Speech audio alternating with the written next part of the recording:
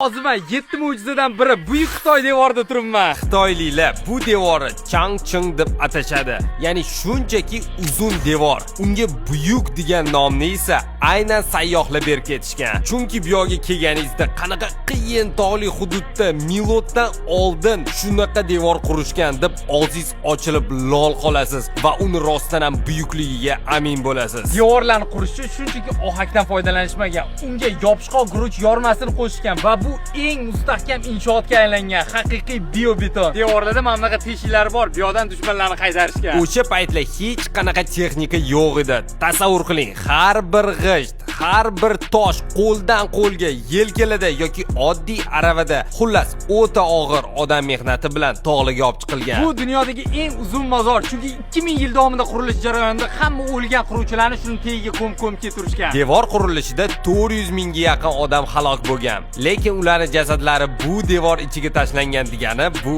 afsona. Arxeologlar buni tasdiqlamagan. Buyuk Xitoy devori asosan shimoldan bostirib keladigan ko'chmanchilardan himoya uchun qurilgan. Biz yoshligimizdan ko'rgan Jumongdagi Xun qabilalari ham bu devorning asosiy dushmanlaridan bo'lgan va ularning qabilasi ham devorni buzib yoki aylanib o'tib Xitoy hududiga bostirib kira olishgan. Aslida devor ko'proq vaqt yutish va signal minoralari orqali tezkor xabar berib, Xitoy aholisi va armiyasiga tayyorlanish imkonini berish uchun xizmat qilgan. Keyinchalik hatto Chingizxon mo'g'ullari ham, Manjurlar ham Xitoy bosib olishgan, lekin oxir oqibat o'zlari Xitoy madaniyatiga singib ketishgan. Chunki Xitoyning aholisi ulkan, yozuvi, dini, an'analari va boshqaruv tizimi juda kuchli bo'lganki, bosqinchilar Xitoy egallashgan bo'lsa ham, oxirida o'zlari xitoylashib ketishgan. Shuning uchun Xitoy hech qachon Mo'g'uliston yoki boshqa bo'lmasdan Xitoyligicha qovurgan. Men bu yerda bo'lsa, fix devorga kelib qoldik deb o'ylayapsizlarmi?